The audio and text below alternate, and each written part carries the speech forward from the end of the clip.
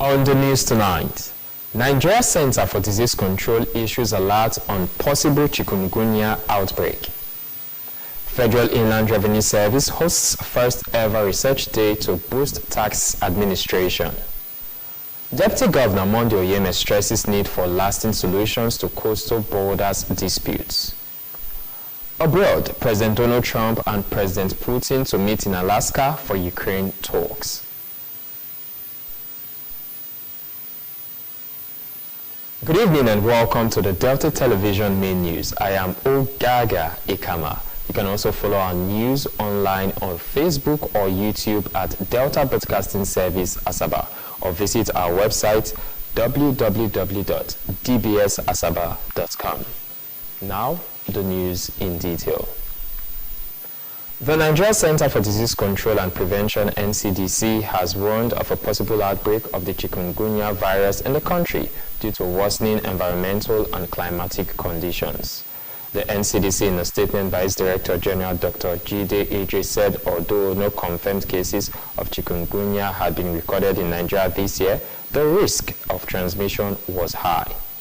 The statement noted that severe flooding across many parts of the country in the ongoing rainy season had created a favorable environment for mosquito-borne diseases, including chikungunya, dengue, and yellow fever. It raised concerns over the global transmission, regional proximity, and risk of importation through trade and travel to affected areas, urging citizens and authorities in high-risk areas to take preventive measures to avoid a possible outbreak.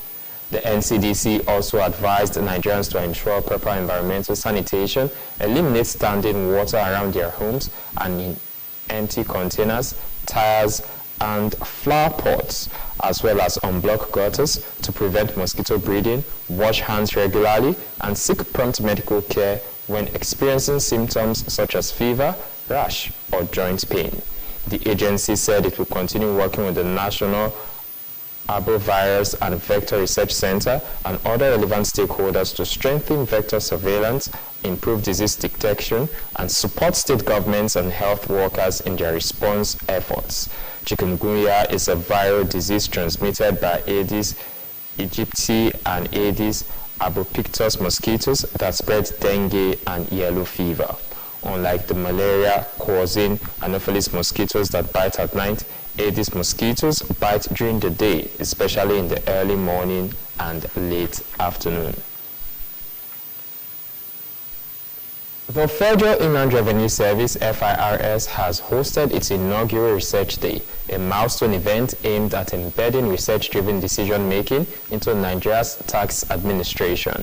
The event, championed by the Executive Chairman of FIRS, Dr. Zach Adedeji, brought together internal stakeholders, scholars, policymakers, and tax professionals to unveil a set of knowledge products designed to boost the country's tax system and economic governance. Speaking at the launch, Dr. Adedeji described the Research Day as a bold statement in tax administration, stressing that Nigeria's complex economic realities demanded that policy reforms and technological innovations be anchored on credible data and rigorous analysis. He urged all departments to integrate research findings into their planning and execution, while calling for sustained collaboration with the academic and development community to strengthen the bridge between theory and practice.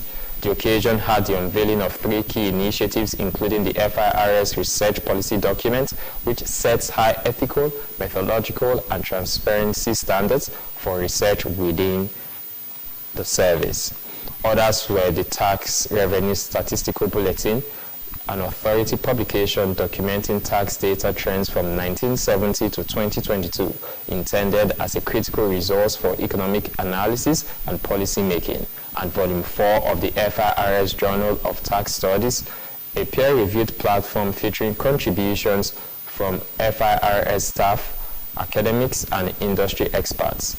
To expand accessibility, the FJTS digital platform www.fjts.online was also launched in collaboration with the technology department.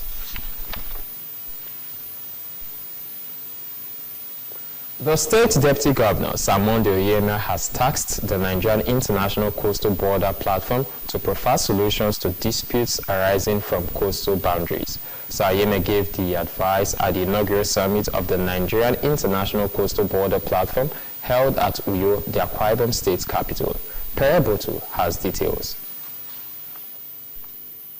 The Deputy Governor expressed hope that the platform would also strengthen border governance, adding that the state government had made deliberate efforts to discourage conflict in areas affected by boundary disputes with neighboring states. He stressed the need to tap the benefits of the blue economy, especially in sustainable marine resource management such as fisheries, tourism, and coastal infrastructure, while underscoring the imperative for government to confront the pressing challenges affecting the sector, particularly piracy, smuggling, and other maritime crimes that threatened national security and economic growth. Sir Oyeme noted that through open dialogue and shared commitment, the nation could unlock the full value of coastal resources while protecting the lives and livelihoods of the people. Declaring the summit open, the governor of Akwa Ibom State, Pastor Umo Eno, and the chairman of the Nigerian International Coastal Border Platform, Senator Lawrence Ekrujakpo, noted that there are lots of challenges facing Nigeria's coastal states which must be addressed. Other speakers, including the deputy governors of Akwa Ibom and Ogun States, Senator Ekon Eyekanye and Mrs. Normont Salako Oyedele, the Director General of the National Boundary Commission, Mr. Adamu Adaji, and the Chief of Naval Staff, Vice Admiral Emmanuel Ogana, dwelt on the benefits of effective management of the coastal border of the country. States on Nigeria's coastline, which is 853 kilometers long, are Lagos, Ondo, Delta, Bayelsa, Rivers, Akwa Ibom, and Cross River states. I am Perebotu reporting.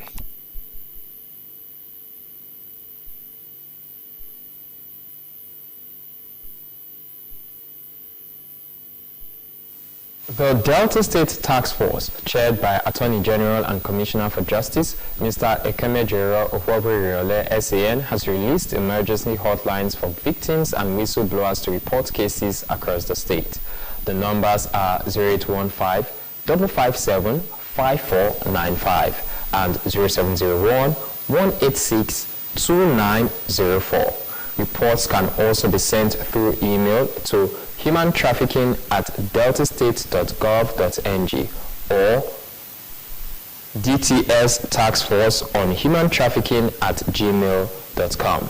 Mr. Ofwaburiole urged residents to report any suspected trafficking, illegal adoption, or sale of babies to the Task Force office at number 26B Ogbolu Onuka Street, Asaba.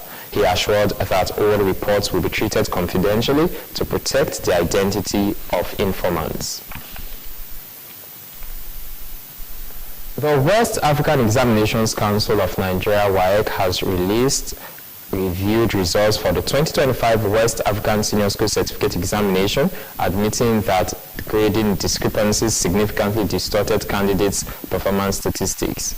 Speaking during a press briefing at the Council's National Office in Yaba, Lagos, the head of WAEC Nigeria, Dr. Amos Dangote, described the development as embarrassing and issued an apology to all stakeholders.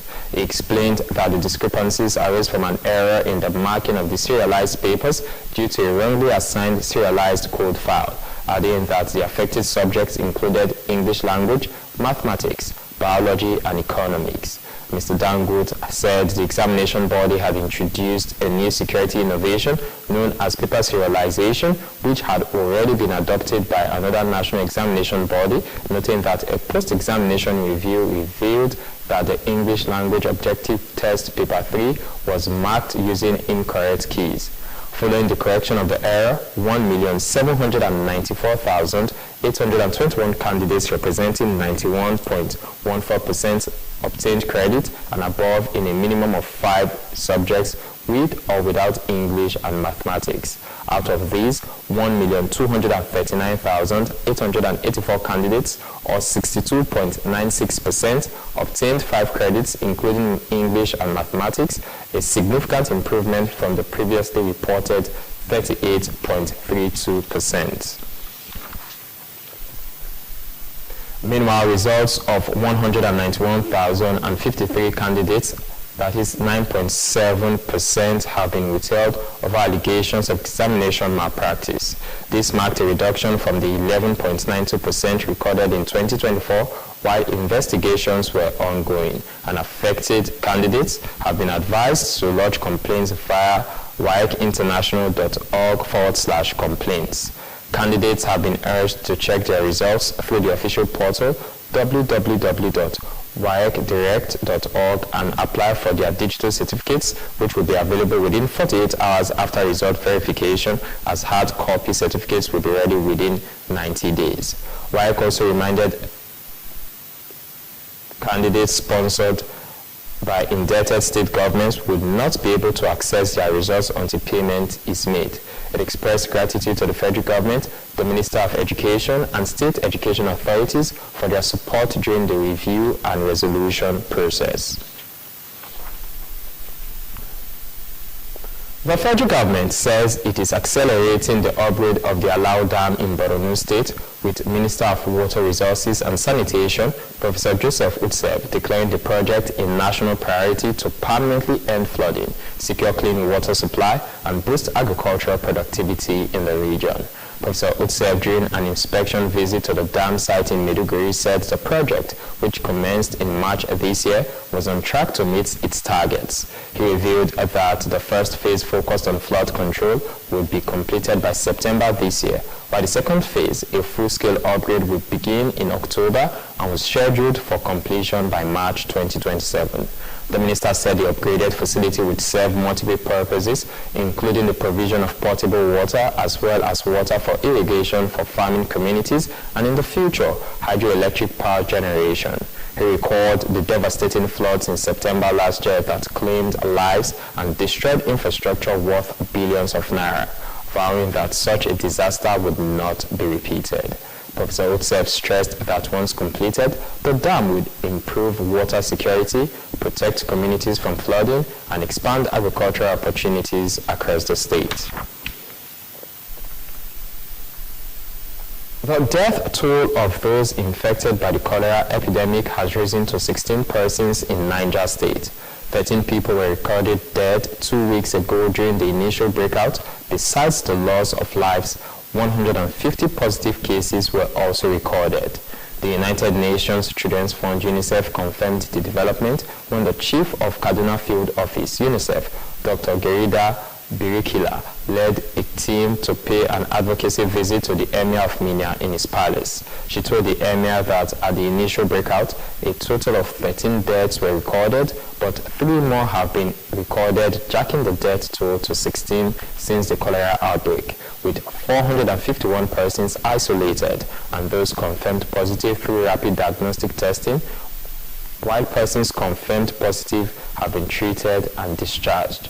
Dr. Birikila also disclosed that they had updated the Emir on the support the body provided and the collaboration between UNICEF and government towards containing the outbreak and to prevent further spread. She added that other issues highlighted during the visit included polio and measles diseases, as well as the low rate of exclusive breastfeeding in the state.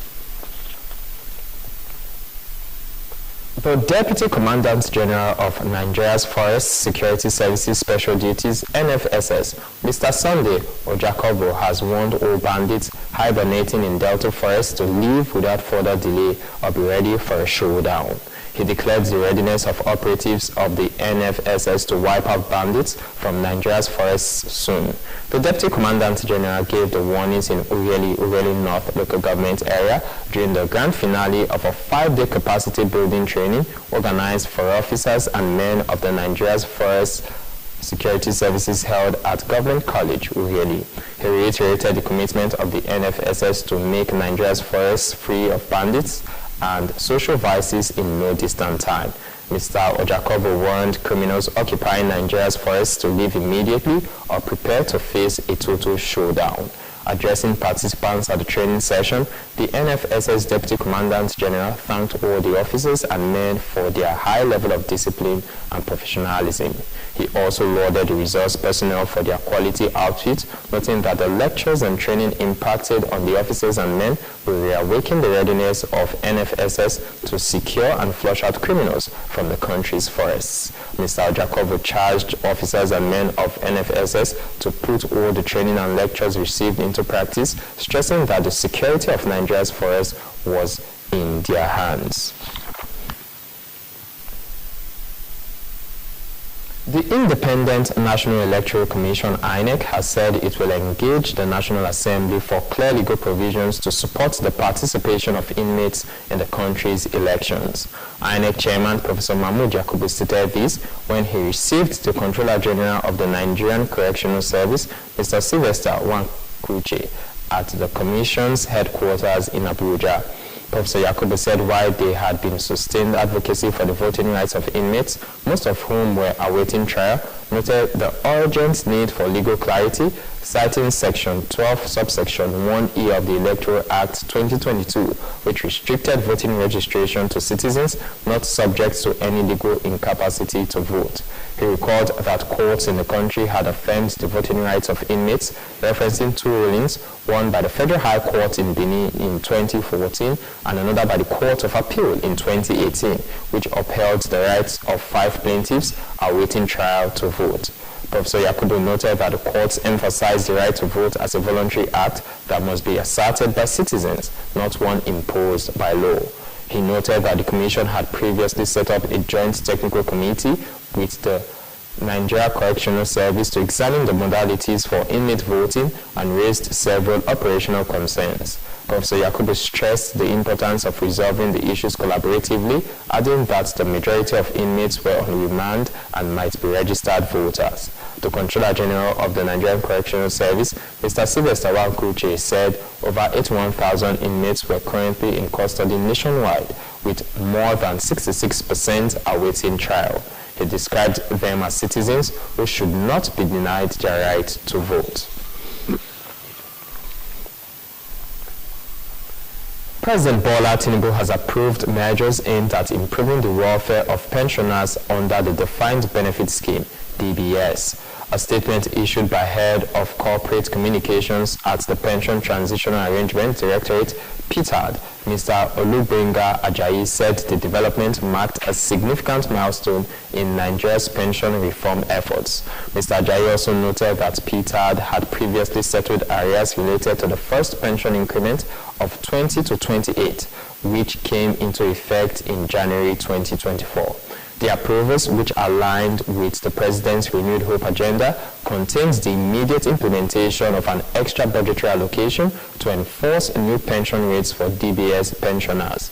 The President also endorsed the adoption of a proposed pension harmonization policy, which will be incorporated into the 2026 pension budget. Additionally, health insurance coverage for all DBS pensioners has been approved, ensuring access to essential healthcare services. The President's directive included unpaid liabilities owed to NITEL, MTEL pensioners and other retirees from defunct parastatals in the 2026 budget proposal. The approvals followed a formal request submitted by Odunyaya, who had urged the Presidency to authorize emergency budgetary allocations to implement critical pension reforms.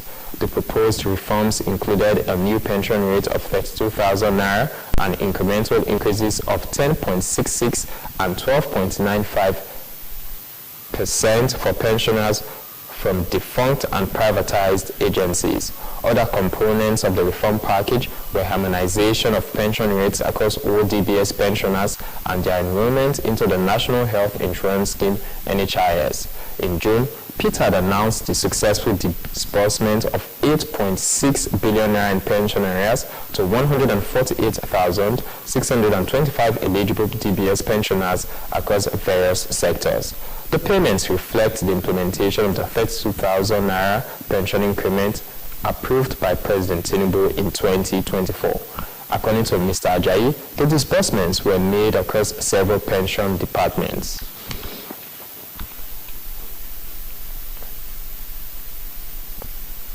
The Director General of Delta State Bureau for Communications and Orientation, Dr. Fred Ogenesiri, has been nominated to serve as a member of the Chartered Institute of Information and Strategy Management, CIISM's Governing Council, for a second term from this year through 2027. Dr. Ogenesiri also served as council member from 2023 through this year. In the same vein, the Institute announced the nomination of its first female president of the Governing Council, Dr. Timile Orishawenyemi, who is also a distinguished fellow of the Institute. A statement by the Registrar and Secretary of the Governing Council of the body, Dr. Adelanke Ayintoke, said Dr. Orishawenyemi will lead the Institute's governing body for a 2-year tenure, while Dr. Ogenesiri will head the Media and Communication Unit of the Institute for the same period. According to the statement, the incoming first female council president and governing board members will be inaugurated during the annual awards and induction ceremony of distinguished fellows and new members scheduled to take place at the Nigerian Army Resource Center, Asokoro in Abuja on Friday, August 15. Aviation unions under the Nigerian Airspace Management Agency, NAMA, have called off their planned strike following what they described as positive developments in ongoing negotiations for improved remuneration. The decision was announced in a joint statement by key union leaders, including the Secretary General of the Association of Nigeria Aviation Professionals, Mr. Abdulrazak Saidu, and Deputy General Secretary of the National Union of Air Transport Employees, Mr. Odinaka Igbokwe. The coalition of unions directed all staff of NAMA to halt services indefinitely starting from Monday, August 11, due to unresolved issues in their demands for better pay. The coalition said it deferred the strike because of recent developments, including the release of a no-objection letter from the Budget Office to the National Incomes, Salaries and Wages Commission, and assurances from NAMA's management to expedite the payment of new remuneration alongside August salaries. The unions enjoined all staff of the union to join them in keeping a hopeful watch as the situation unfolds. The National Youth Council of Nigeria, NYCN, has dissolved the Ambassador Sokubo Saraigbe Sokubo-led National Executive Committee and inaugurated a National Transition Committee, NTC, to steer the organization for the next 60 days. Comrade Benga Adedamola, National Commander of Man o' War, was appointed chairman of the NTC with a mandate to stabilize and reposition the council during the transition period. In a statement, the NYCN said the decision was taken at an extraordinary management meeting, its highest decision-making body held on August 7, 2025 in Abuja. The meeting was attended by key stakeholders, including heads of voluntary youth organizations, former NYCN presidents, government representatives, 24 state chapters, and 61 member organizations. According to the statement, a review of the council's operations revealed scandals of alleged criminal forgery, constitutional tampering, and questionable affiliations. It alleged that provisions in the 2018 NYCN Constitution, as amended, were doctored to enable tenure elongation, and that the purported de-affiliation and new affiliation of 180 organizations, alongside an increase in the age bracket from 18 to 35 to 18 to 45 years, sparked deep divisions within the youth constituency. The management resolved to retain the 2012 NYCN Constitution as the operative document and to set up a Constitution Review Committee to strengthen governance. It also declared all affiliation, revalidation, and de-affiliation exercises conducted at the Port Harcourt Congress or elsewhere null and void, and reaffirmed the recognition of 104 member organizations and authored 6 state chapters, including the FCT. The elective Congress, initially scheduled for September 2025, has been moved to October 7, 2025 to allow for a smooth transition and a credible electoral process. The meeting also passed a vote of confidence in the Minister of Youth Development, Ayodele Olawande, for his commitment to youth development and applauded President Bola Tinubu's renewed hope agenda, particularly the increased funding for the Nigerian Youth Investment Fund and the Student Loan Scheme. The Natural Oil and Gas Suppliers Association of Nigeria, NOGASA, has directed its members to resume the supply of petroleum products to telecom tower managers, IHS, following talks with the federal government. The group had earlier in the week suspended product supply to the telecommunications sector over mounting debts. The national president of NOGASA, Mr. Bennett Koye, said the group was suspending its action for 7 days to allow the government time to resolve the issue. Mr. Koye said following the interventions of the Office of the National Security Advisor, ANSA, the National Communications Commission, NCC, and their assurances that the matter had led to the withdrawal of their services will be resolved amicably with effect from Monday, the 11th of August 2025, in the interest of energy security and Nigerians at large. They, however, resolved to resume their services immediately at the affected depots. He clarified that the National Union NUPENG was not part of the industrial dispute, adding that the union was only concerned about the safety of its members. IHS had alleged that the 2 members of NOGASA misappropriated the diesel meant for the services of telecom-based stations. The umbrella body of the Association of Telecom Operators of Nigeria, ALTEN, in a statement by its chairman, Mr. Gbenga Adebayo, said such disputes should be resolved with dialogue and not brigandage or brute force. The Nigeria Police Force has defended the arrest of human rights activist Omoyele Sowore, citing allegations of forgery, cyber stalking, and other offenses, while dismissing claims that he was tortured in custody.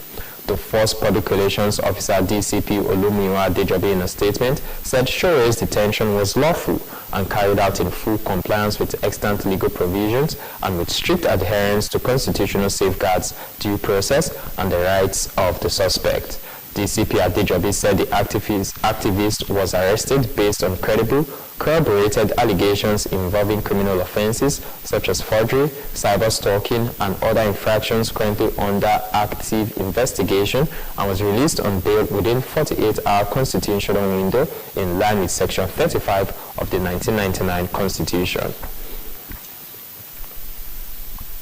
Still to come on the news, President Donald Trump and President Putin to meet in Alaska for Ukraine talks.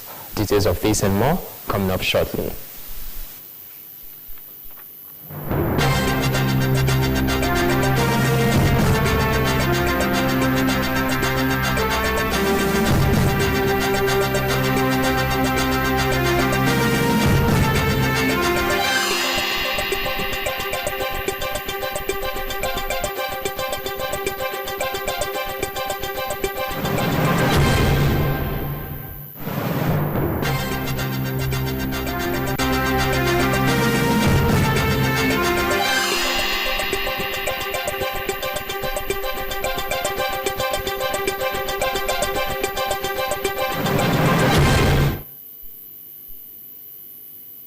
Welcome back. Thank you for staying with us on the news.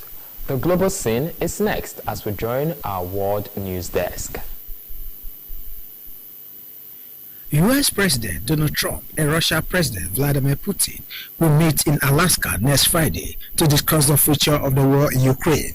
President Trump announced the 15th August meeting on social media, and it was later confirmed by a Kremlin spokesperson who said the location was quite logical, given Alaska's relative proximity to Russia. President Volodymyr Zelensky said any solutions must include Ukraine, adding he is ready to work with all partners towards a lasting peace.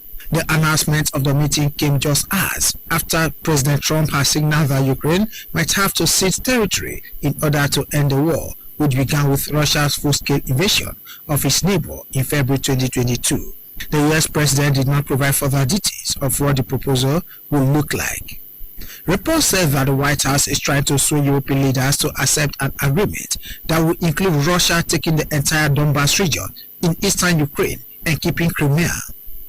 It will give up the Kherson and Zaporizhia region, which is partially occupied as part of the proposed agreement. It remains unclear whether Ukraine and European allies would agree to such a deal, given President Putin remain far apart on the conditions for peace. President Zelensky has previously rejected any preconditions for territorial concessions. A Uganda judge refused to grant bail on veteran opposition figure Kizza Besigye, who has been in jail for nearly 9 months on treason charges. The case has raised concerns among government critics, including opposition leader Bobi Wine and right groups, about a crackdown ahead of Uganda's national election early next year, in which President Yoweri Museveni, who is already 80 years, is seeking re-election. The government denies targeting opposition figures and says all those who have been detained have committed crimes.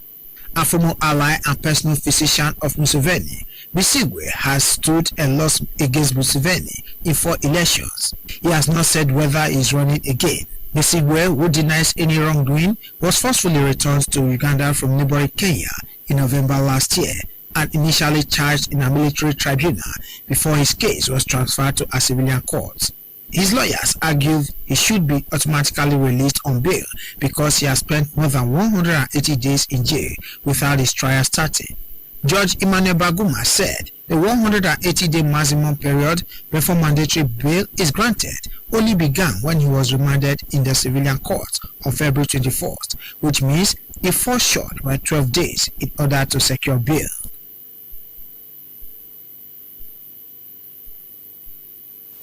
Let's join our business news desk for stories on business and the economy.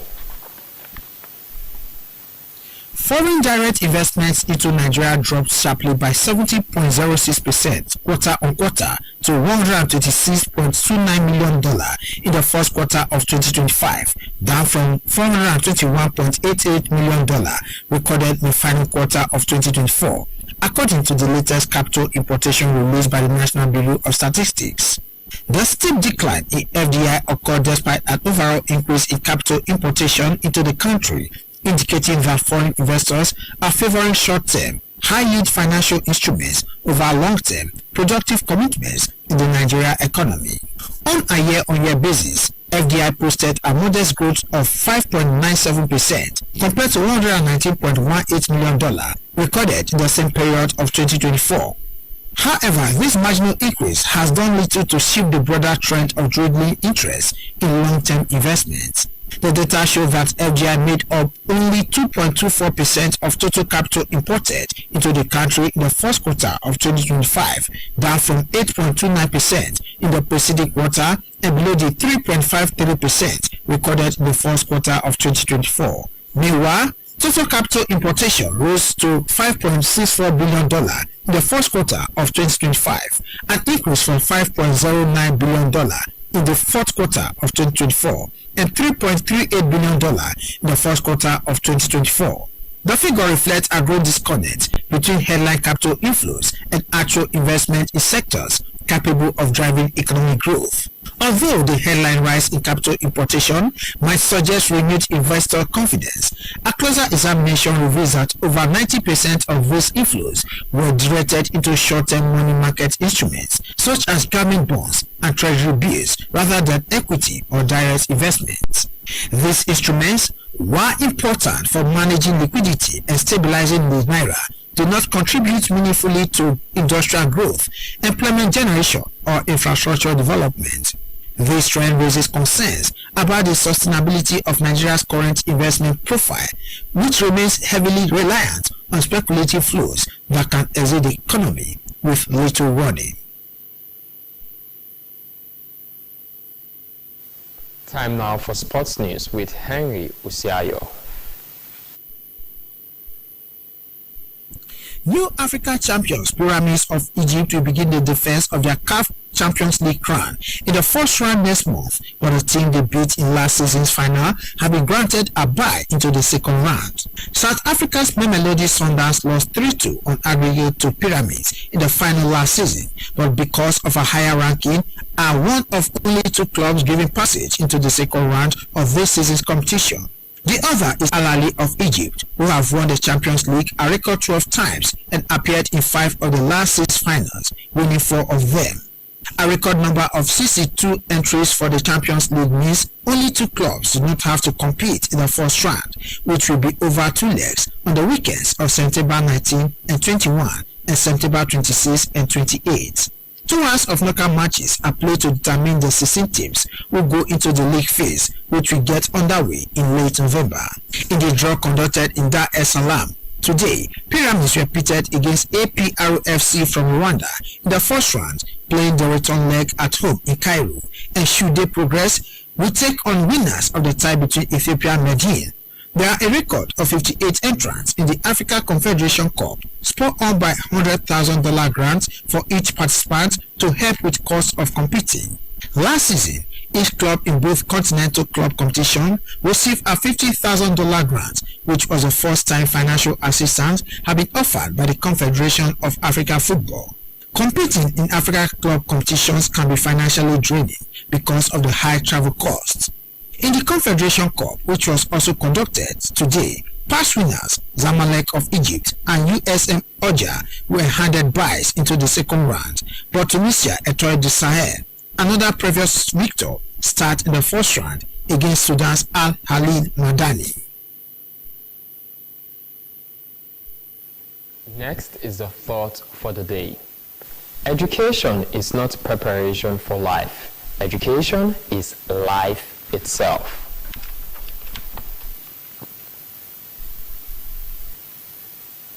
To end the news, here again are the main points.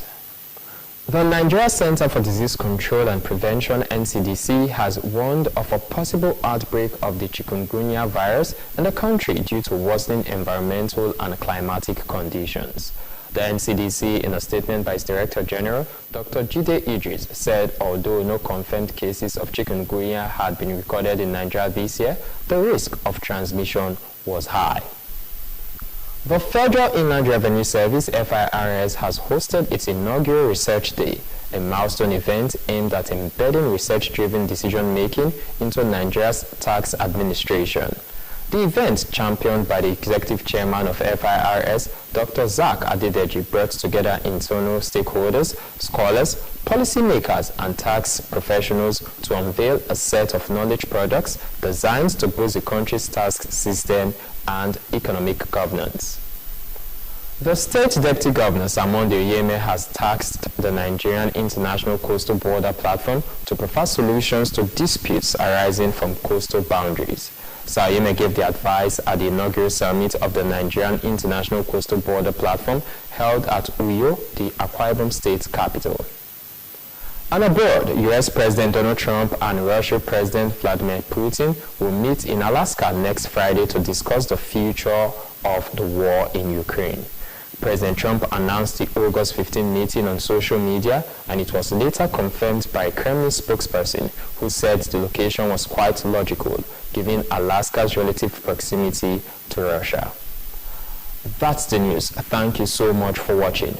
Remember, you can follow our news online on Facebook or YouTube at Delta Broadcasting Service Asaba, or visit our website www.dbsasaba.com. I am Ogaga Ekama, wishing you a beautiful night rest.